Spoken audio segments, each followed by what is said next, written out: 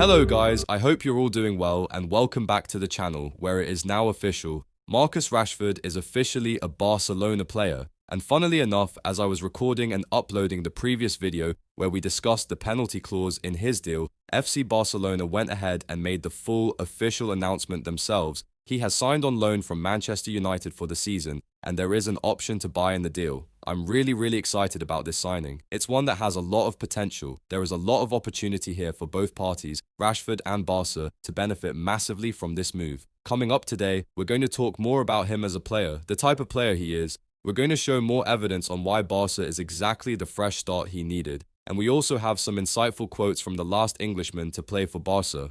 Gary Lineker has been speaking and we are going to listen. Let's get into Rashford's numbers first. In the 2022-23 season, he scored 30 goals. But what stands out even more is that for 2 out of the past 3 seasons, he massively outperformed his expected goals. That tells you 2 important things. First, Rashford can be an elite finisher. If you get him in front of goal on that right foot, he can be devastating. Second, he's been doing this despite not playing in highly creative teams. Over the past few seasons, Man United have often struggled in the final third. Now at Barca, with a much more creative setup and players like Yamal, Rafinha and others drawing defensive attention, Rashford is going to find more space, and with that space, he can truly thrive.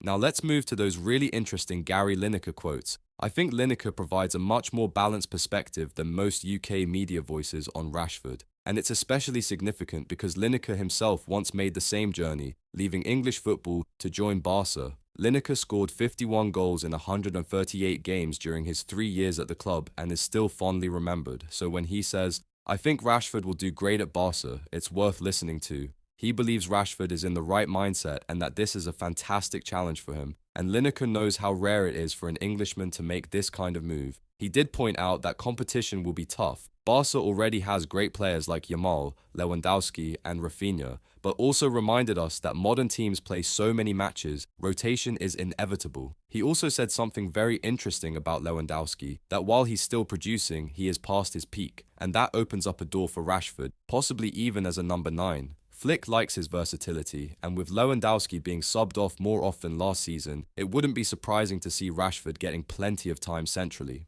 Lineker also added, when Rashford is at his best, he's unbelievable. And that's something we've all seen before. The question now is, can he reach that level again?